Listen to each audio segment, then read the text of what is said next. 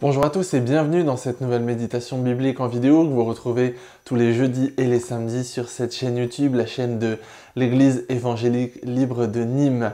On se retrouve aujourd'hui pour continuer notre parcours dans le livret de la campagne de rentrée que vous pouvez trouver en version numérique dans la description de cette vidéo si vous ne l'avez pas.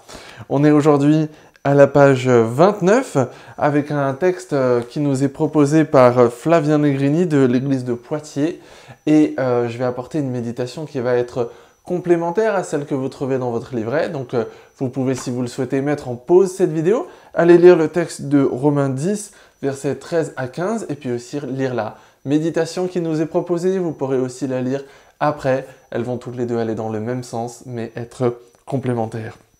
Donc, Romains 10, versets 13 à 15, dans ce texte, Paul nous propose un développement qui paraît assez logique, mais qui va être très riche de sens pour nous. Il commence par cette affirmation qui est une citation de l'Ancien Testament. Tous ceux qui connaîtront le Seigneur seront sauvés. Si l'on est chrétien, si l'on a grandi dans l'Église, que l'on connaît Dieu, que l'on connaît le Christ depuis un certain temps, c'est une affirmation qui ne va pas du tout nous surprendre, elle paraît même en fait assez évidente. Oui, tous ceux qui connaissent le Seigneur sont sauvés. Moi, si je connais le Seigneur, je suis sauvé. Amen, alléluia, c'est génial. Mais il y a quand même des conditions à cela. Parce qu'il y a des étapes qui arrivent avant que les personnes puissent connaître le Seigneur. Et si l'on regarde dans notre vie personnelle, il y a eu des étapes avant que l'on puisse connaître le Seigneur. Il faut que les personnes, il faut que les gens qui nous entourent, en fait, pour connaître le Seigneur, il faut que quelqu'un puisse l'entendre. Il faut que quelqu'un puisse entendre parler de lui. En fait, pour dire les choses très simplement et très concrètement, c'est comme les relations qui nous occupent dans la vie jour après jour. Dans une relation, pour connaître quelqu'un, pour faire la rencontre de quelqu'un, il y a plusieurs manières. Mais en fait, la manière la plus simple, c'est encore et toujours que quelqu'un nous le présente. Tiens, j'ai un ami qui a les mêmes centres d'intérêt que toi, j'ai un ami qui aime les mêmes choses que toi, vous pourriez bien vous entendre, je vais vous présenter. Viens à la maison tel jour, il sera là, on boit un verre ensemble, je vous présente. C'est ça le parcours le plus pratique, le plus rapide, le chemin le plus rapide pour rencontrer quelqu'un. Eh bien, en fait, c'est exactement ce que l'on doit faire aussi pour que les personnes qui nous entourent puissent rencontrer Jésus, puissent faire en fait la meilleure rencontre qu'ils pourront jamais faire et la meilleure rencontre que nous avons jamais faite. Et alors pourquoi, comment est-ce que l'on fait ça?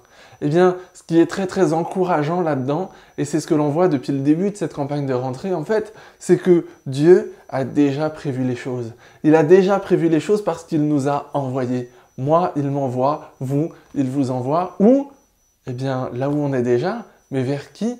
Vers les personnes qui sont autour de nous, pour leur faire connaître le Seigneur, pour qu'ils puissent entendre parler de Dieu, pour qu'on puisse leur faire une rencontre avec Dieu en leur présentant Dieu. En leur présentant, pour reprendre l'image de l'ami tout à l'heure, en fait, le meilleur des amis que l'on a pu trouver dans notre vie, pour qu'ils puissent à leur tour le connaître et avoir cette relation d'amitié profonde avec lui.